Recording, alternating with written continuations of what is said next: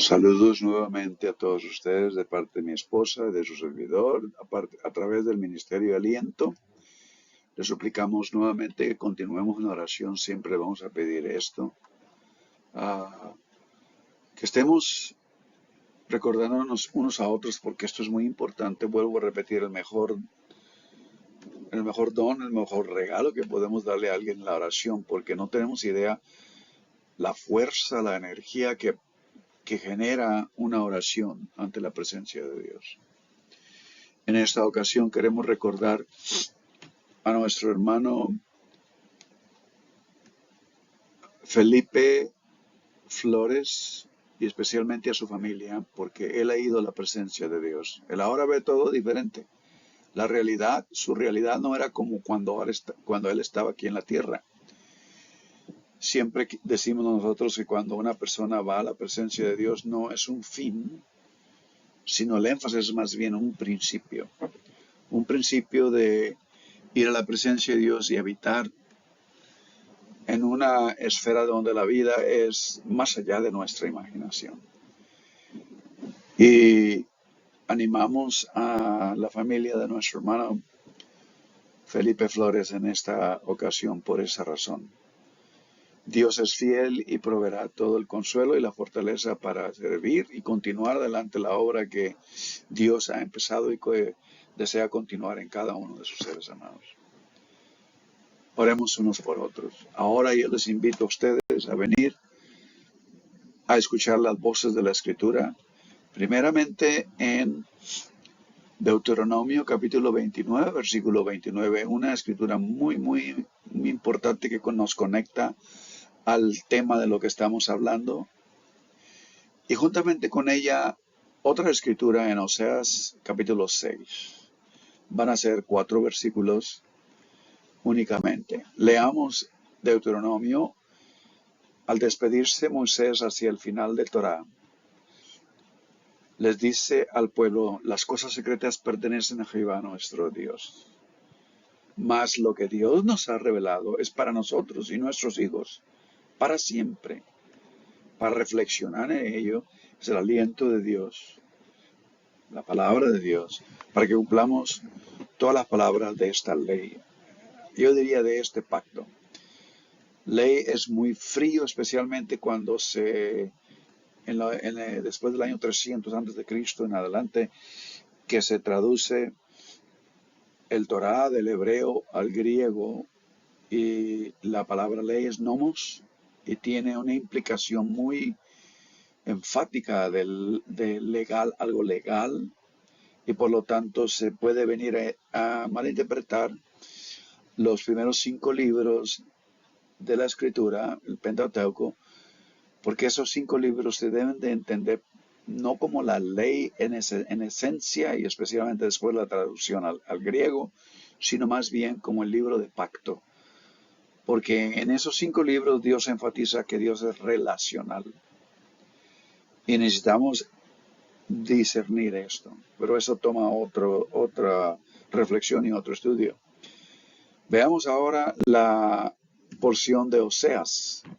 En estos momentos, Oseas le habla al pueblo porque ha llegado un momento en el que todas las corrientes teológicas de otras culturas y todas las tradiciones religiosas de otras culturas ha impactado al pueblo de tal manera que ha diluido totalmente la revelación que Dios le ha pedido a Moisés que le entregue a este pueblo. Y estamos en tiempos de que habían ya entrado a la tierra de Canaán, pero estaban por ser llevados al exilio. Y Oseas les dice a ellos: un momento, regresemos a Jehová. Vamos a dejar todo esto por un lado. Regresemos a Jehová, porque Dios arrebató y nos curará. Aún así Dios será fiel. Hirió y nos vendará. Nos dará vida después de 2 días. Y en el tercer día nos resucitará y viviremos delante de Él. Pero no solamente eso, sino conoceremos y proseguiremos en conocer a Jehová. En otras palabras, una cosa que debemos tener muy claro todos nosotros está en que el conocer de Dios Conocer que implica una relación íntima de aprobación. Es continuamente, eternamente y para siempre. Nunca dejaremos de conocer a Dios. Por eso es que estaremos toda la eternidad en la presencia de Dios. Y luego enfatiza, como el alba está dispuesta a su salida y vendrá a nosotros como la lluvia tardía y temprana a la tierra. Dios nunca, nunca tarda su promesa. Y luego el versículo 6, porque misericordia quiero y no sacrificio, conocimiento de Dios más que holocausto. O sea, nuestra adoración tiene que ser el fruto de un conocimiento íntimo de Dios, de un practicar que es el fruto de haber entendido la revelación de Dios que nos ha dado en su palabra. Más tarde, en el primer siglo, viene Pablo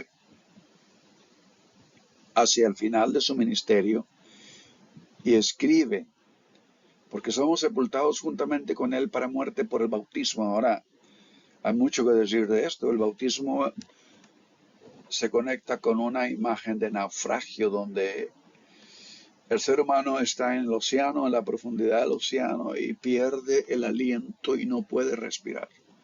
Pero cuando es sacado del agua y da ese respiro profundo, es para una nueva vida.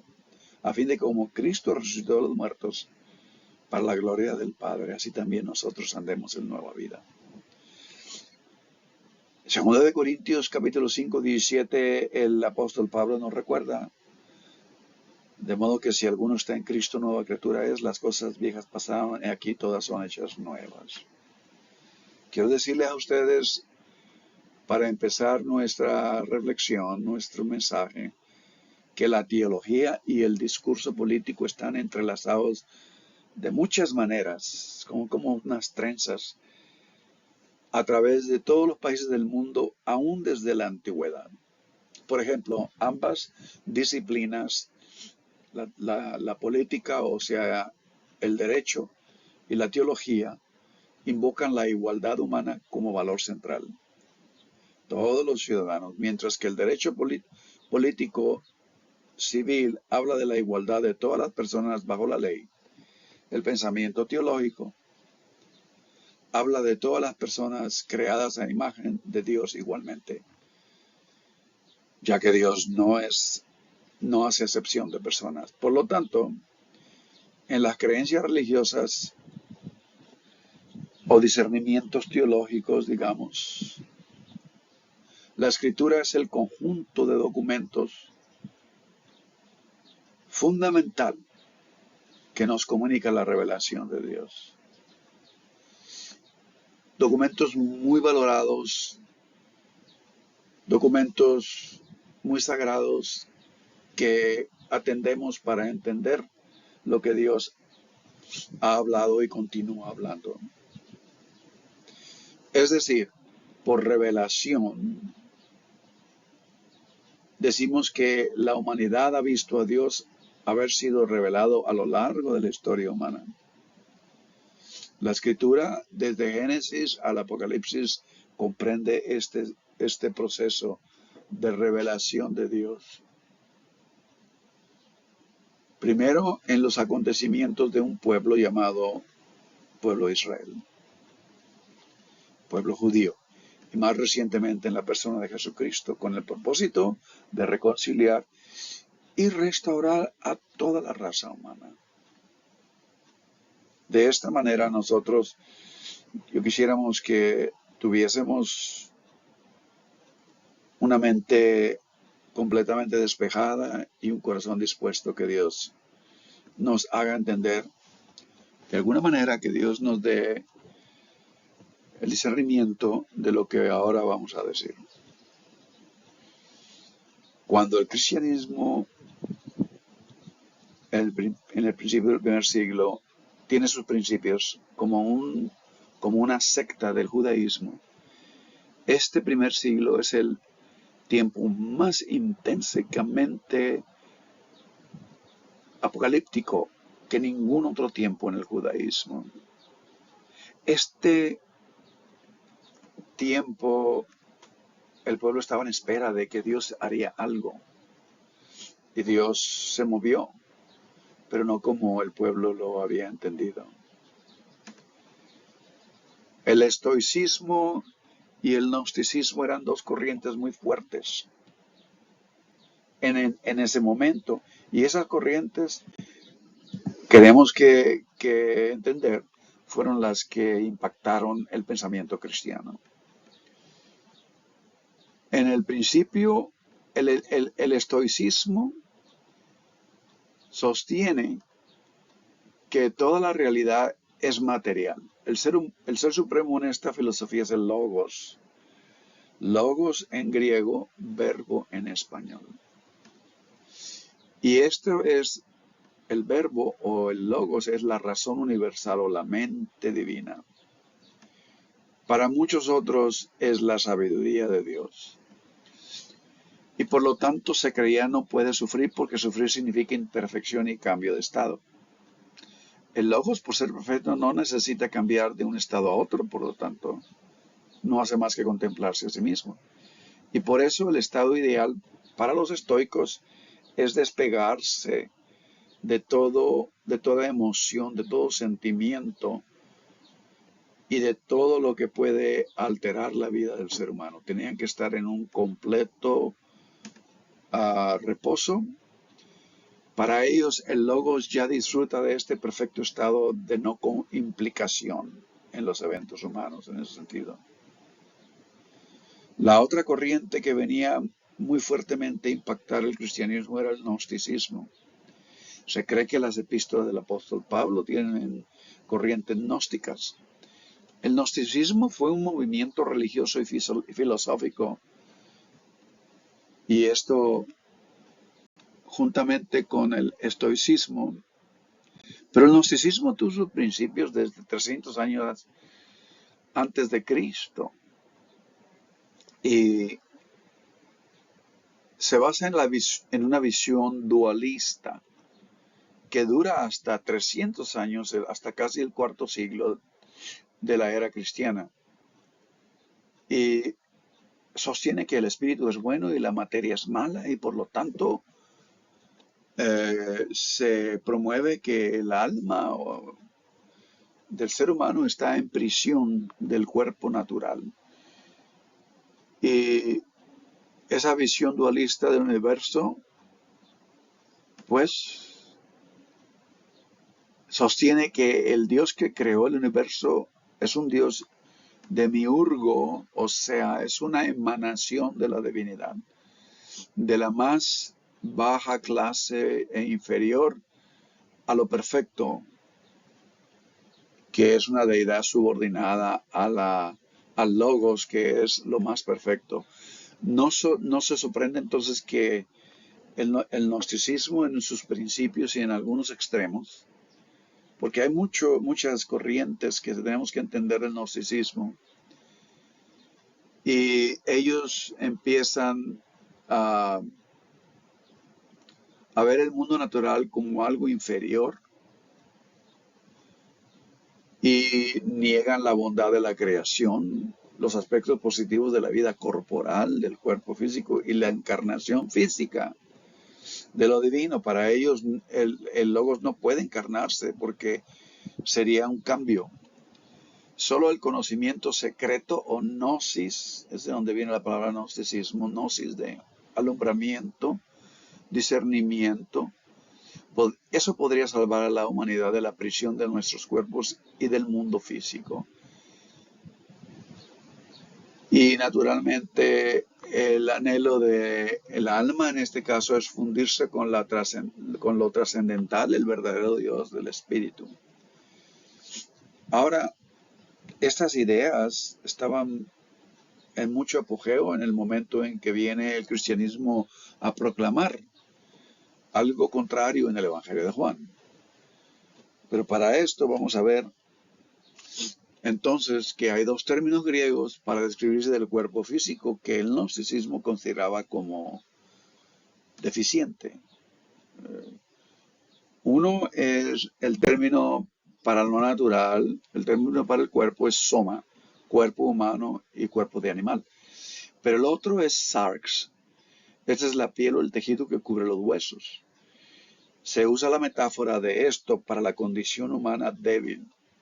Lo que es del esfuerzo humano es más netamente usado.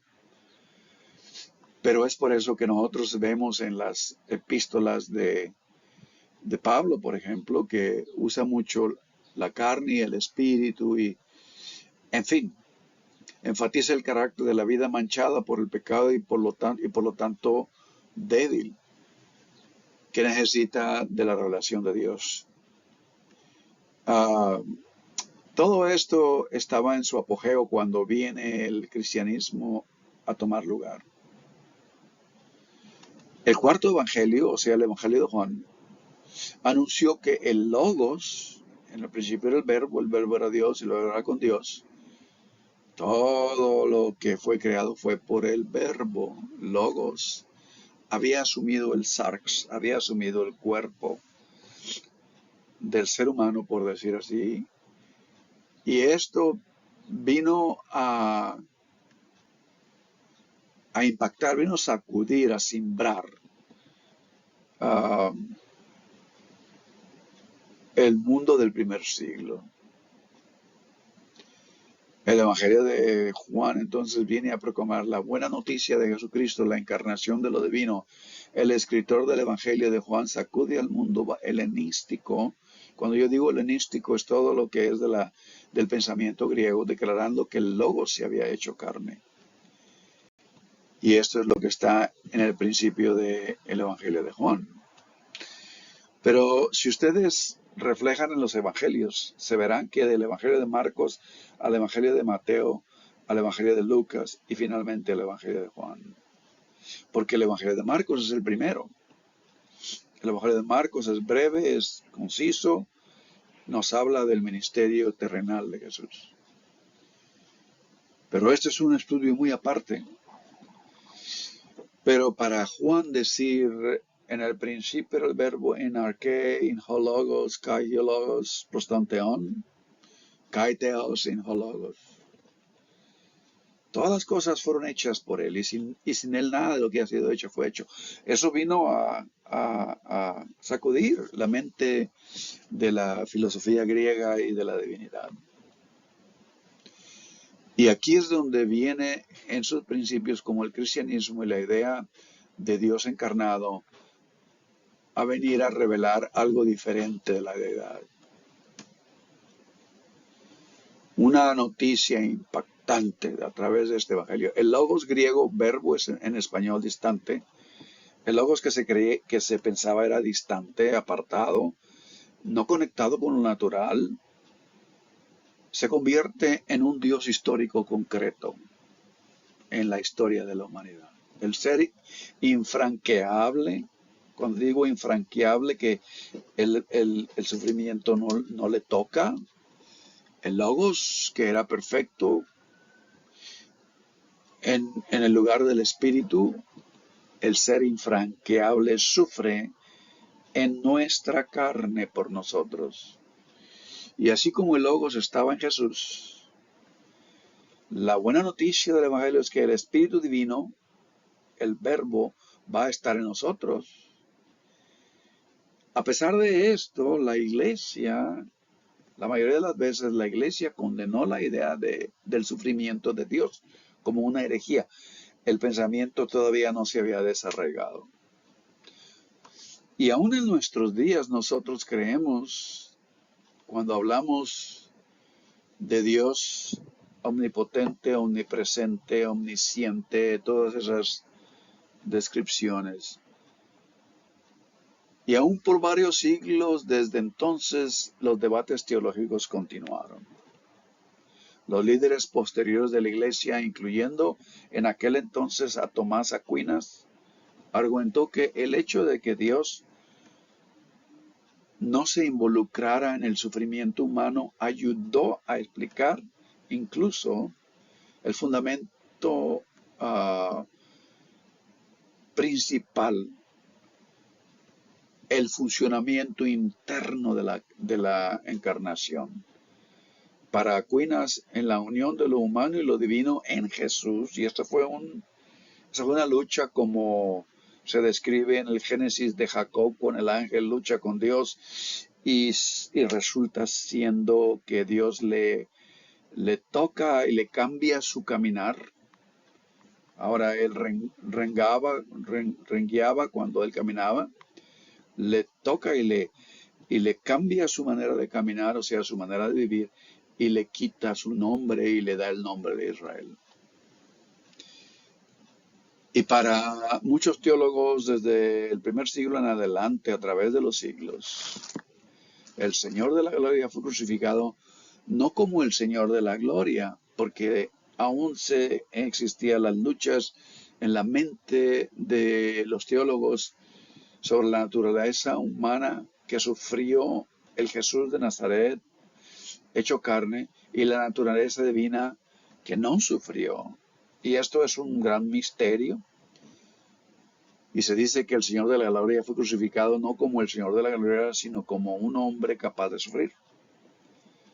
Contra la noción ortodoxa, y cuando yo digo ortodoxa es la clásica tradicional del pensamiento de Dios que nosotros hemos heredado. Contra la noción ortodoxa de lo infranqueable de Dios. Dios es perfecto y por lo tanto no puede sufrir, no puede cambiar. Y siendo este el pensamiento de la edad, y después de los descubrimientos de los pergaminos en los 1945-46 del Qumran en Egipto y el Mar Muerto en Jerusalén, en Palestina, y junto con un examen muy minucioso del texto bíblico, los teólogos contemporáneos, quiero que ustedes escuchen claramente esto, los teólogos contemporáneos, los eruditos del lenguaje bíblico, los historiadores, teólogos contemporáneos, han comenzado a hablar del sufrimiento de Dios, de la vulnerabilidad de Dios,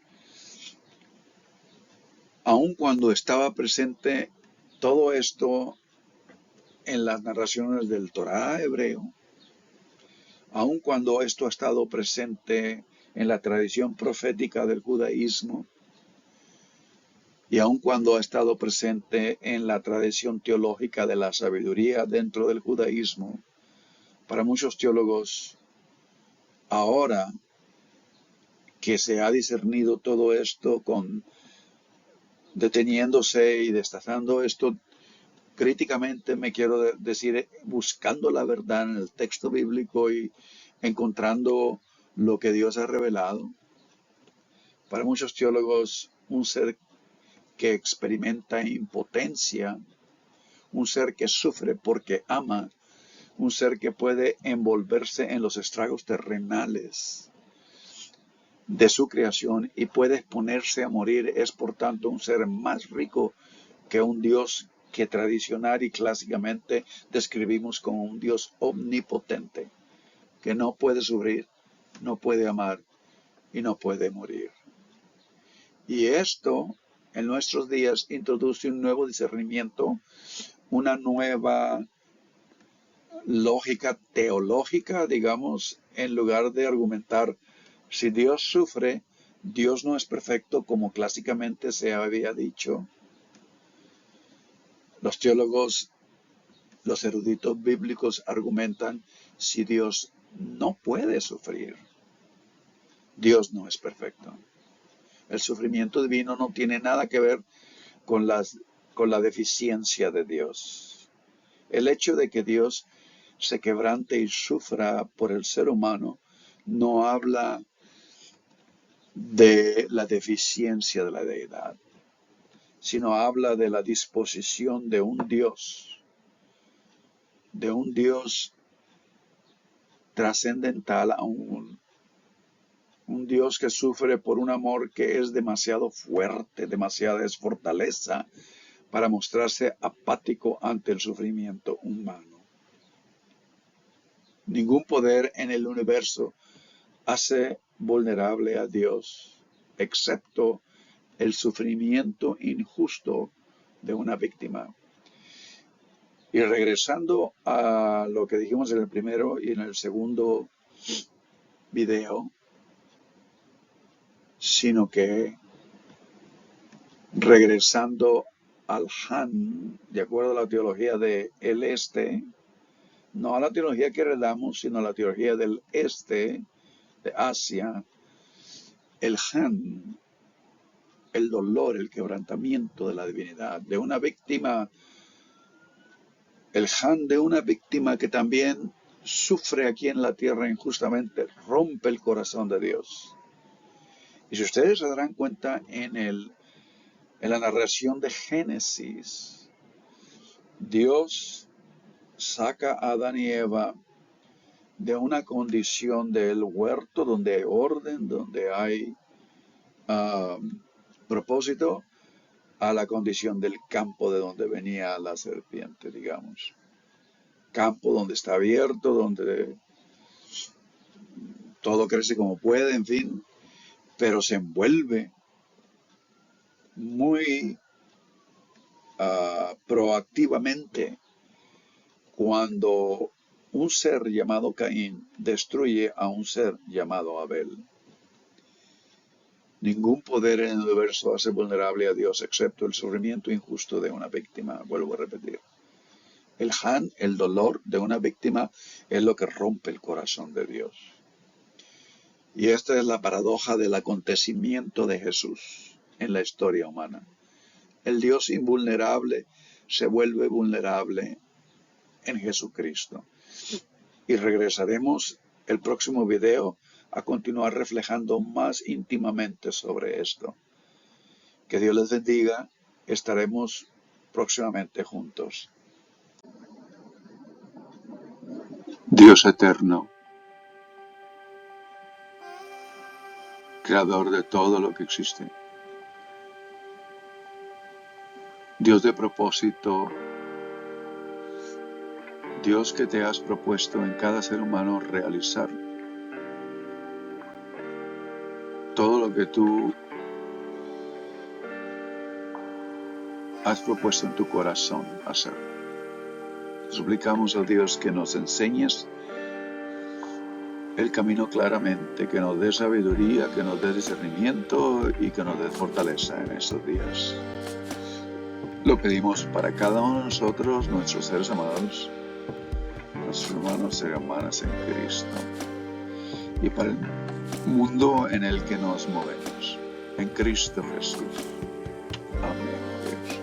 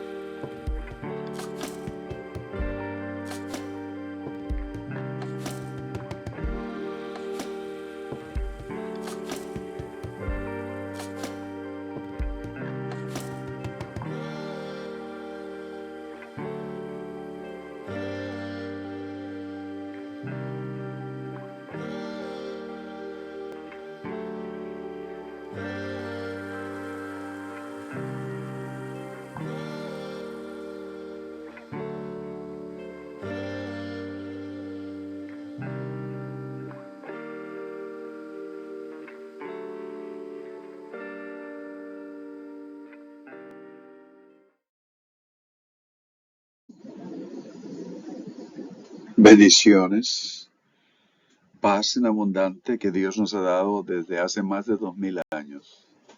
Que se realice, que nos forme, que nos guíe, y la presencia de la divinidad, la presencia de Dios eterno en Cristo Jesús, que se ha sido nuestra ya. Estaremos próximamente con todos ustedes. Que Dios les bendiga. Amén.